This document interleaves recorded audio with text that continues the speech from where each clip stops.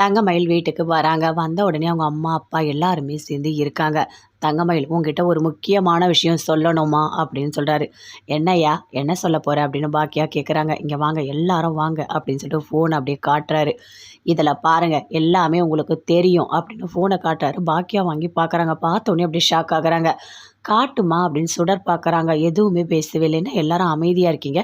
என்கிட்ட காட்டு" அப்படின்னு தங்கமயில் பார்க்குறாங்க. பார்த்தா சரவணன், அஞ்சலி 2 பேருமே சேர்ந்து கோயில்ல ரொம்ப நெருக்கமா பேசிட்டு இருக்கறத அவங்க அப்பா வீடியோ கொண்டு வந்து காட்டுறாரு.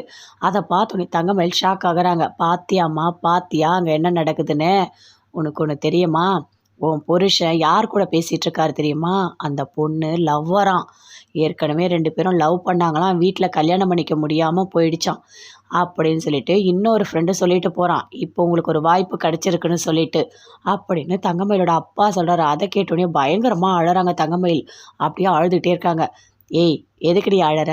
எதுக்கு அழற? நீலாம் அழவே கூடாது. வயித்துல குழந்தை இருக்குல்ல. எதுக்கு அழற? அழாத, அமைதியா இரு.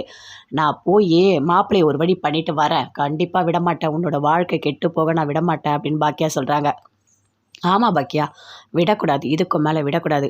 அப்போ மாப்பிள்ளை இன்னொரு பொண்ணோட பேசிக்கிட்டு இருக்கிறதுனால தான் நம்ம பொண்ண ஏத்துக்க மாட்றாரு போல இருக்கு" அப்படின்னு சொல்லிட்டு பாக்கியாவுக்கு கோவமா வருது.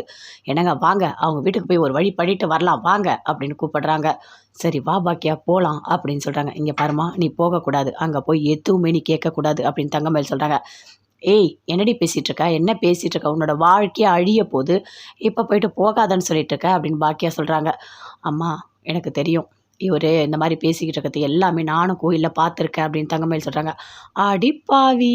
கோயில்ல பார்த்துருக்க, ஒரு வார்த்தை கூட வீட்ல சொல்லவே இல்ல" அப்படின்னு கேட்குறாங்க பாக்கியா.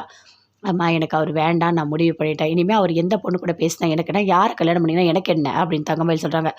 "ஏய், வாய மூடு. புருஷன் பொண்டாட்டி சண்டைன்றது சாதாரண விஷயம் தான். வயித்துல இப்ப குழந்தைய வச்சுட்டு இருக்க. என்னவோ என் புருஷன் இன்னொருத்திய கல்யாணம் பண்ணிக்கிட்டோன்னு சொல்ற. உனக்கு அறிவு இருக்கா? இல்லையா?" அப்படின்னு பாக்கியா கேட்குறாங்க.